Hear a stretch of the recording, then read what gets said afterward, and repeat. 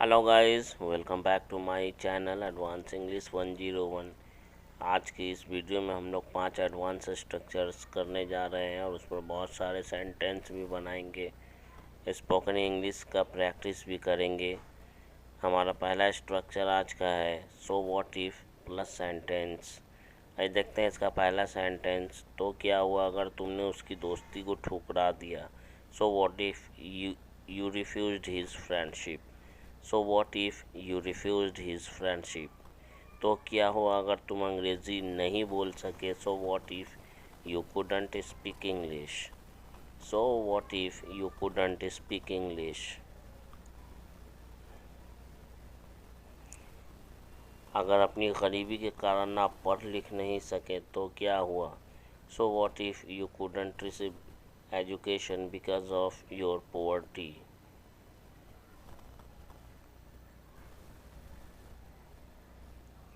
तो क्या हुआ अगर तुमने अपनी गर्लफ्रेंड को लाल गुलाब नहीं दिया। So what if you didn't give और present red rose to your girlfriend. So what if you didn't give और present red rose to your girlfriend. Give और प्रेजेंट की जगह ऑफ़र भी आप बोल सकते हैं। तो क्या हुआ अगर मैंने तुम्हें वहाँ जाने से मना किया। So what if I forbade you to go there. Forbid का सेकेंड फॉर्म होता है फॉरबेड। तो क्या हुआ अगर तुमने इस 2 साल के दौरान तो क्या हुआ अगर उसने इस 2 साल के दौरान तुम्हें एक बार भी कॉल नहीं किया। So what if he didn't ring up to you even once during this 2 years। तो क्या हुआ अगर तुम्हारी सगाई हो गई। सो what if she was engaged. So what if she was engaged. और सगाई हो चुकी अगर होता, सगाई हो चुकी है तो इज़ एंगेज्ड होता। अगला हमारा है हाउ मच या हाउ मेनी, जिसका मतलब होता है कितना।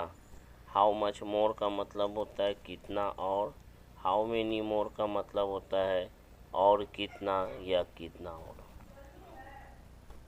इस बात का ख्याल रखें कि हाउ मच का यूज़ हम लोग अनकाउंटेबल के लिए करते हैं और हाउ मेनी का यूज़ काउंटेबल नाउन के लिए करते हैं। एक नया टीवी खरीदने के लिए मुझे और कितने पैसे देने पड़ेंगे। How much will I have to give और pay for buying a new TV.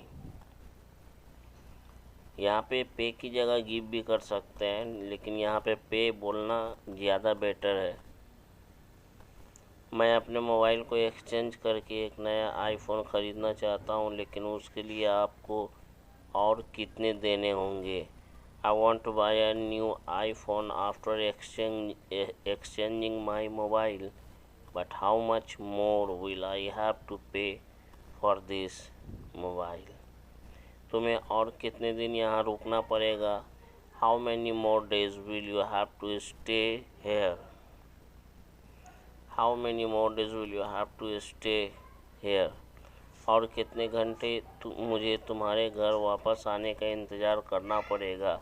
How many more hours will I have to wait for your returning और coming back to home. How many more hours will I have to wait for your returning और coming back to home. यहाँ पर returning अगर बोल रहे हैं तो coming back नहीं बोलना है। कमिंग बैक यूज़ करेंगे तो रिटर्निंग का यूज़ नहीं करेंगे। और कितने दिन तुम्हारे भाई को जेल में रहना पड़ सकता है। How many more days may your brother have to stay in the jail और प्रिजन। प्रिजन का मतलब होता है जेल, कैद, कारावास।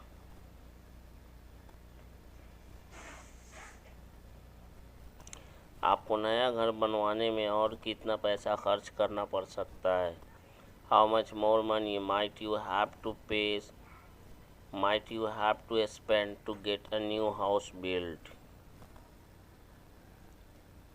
How much more money might you have टू spend to get a new house built। Spend की जगह पे इन्वेस्ट भी कर सकते हैं। आउट ऑफ नोवेयर जिसका मतलब होता है न जाने कहाँ से। बनाने का रूल है सेंटेंस प्लस नोवेयर।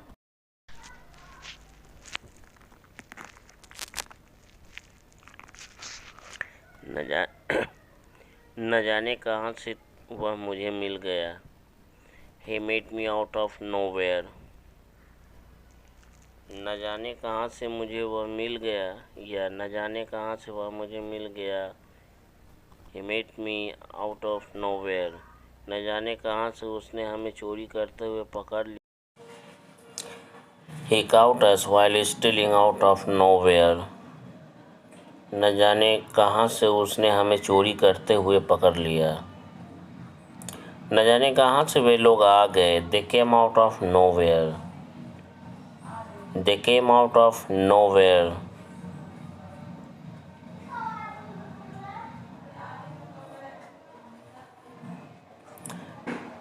आज न जाने फिर से कहाँ से मुझे तुम्हारी याद आ गई। Today once again I remembered you out of nowhere। Today once again I remembered you out of nowhere। आज न जाने फिर से कहाँ से मुझे तुम्हारी याद आ गई। ऑफ वंस ओन चॉइस इसका मतलब होता है अपनी मर्जी से। ऑफ वंस ओन चॉइस यहाँ पे वंस की जगह पे माई लिख सकते हैं। अगर सब्जेक्ट आई है तो हीज लिख सकते हैं। अगर सब्जेक्ट ही है तो हर लिख सकते हैं। अगर सब्जेक्ट हमारा शी है तो। मैंने यह काम अपनी मर्जी से किया है। I have done this work of my own choice. I have done this work of my own choice. मैंने यह काम अपनी मर्जी से किया है। उसने यह शादी अपनी मर्जी से की है। He has got this marriage of his own choice. He has got this marriage of his own choice.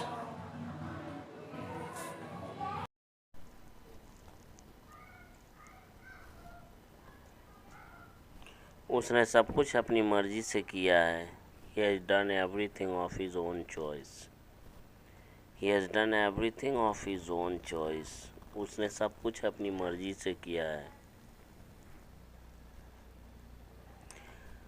उसने अपने कॉलेज की एक लड़की से दोस्ती करने का फैसला अपनी मर्जी से किया था।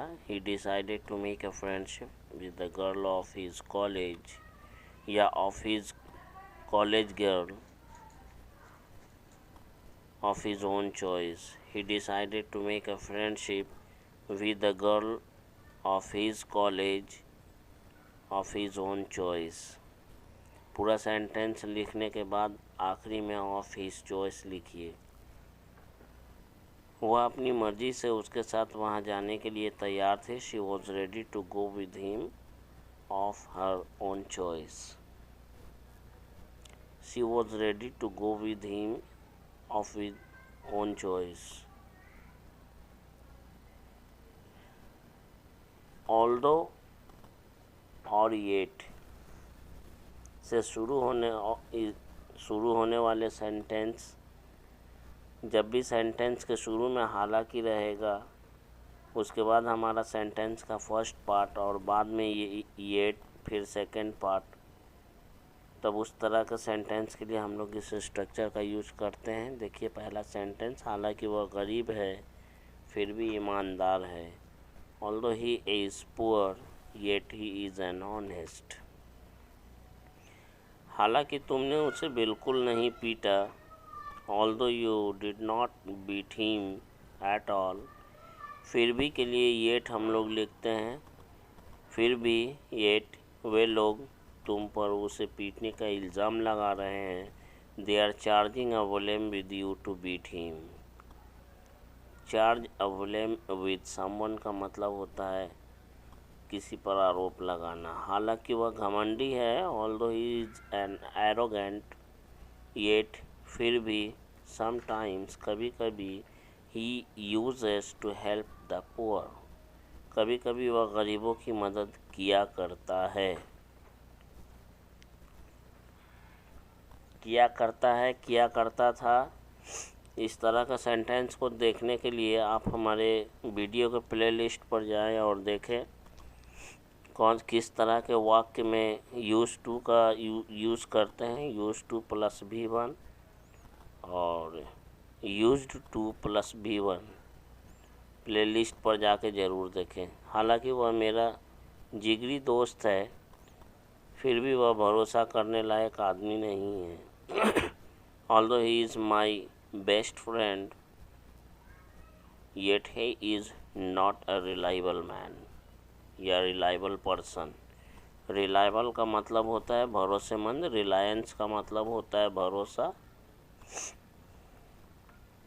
हालांकि यह हाईवे रोड है, फिर भी यहाँ पर गाड़ियों का आना जाना नहीं है। Although this is a highway road, yet there is very little vehicle movement over here. So guys, I hope you might have liked this video.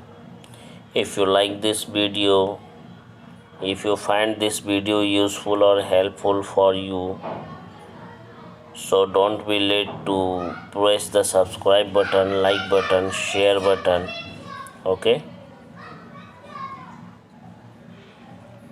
do press the subscribe button right now if you like this video, if you like this channel.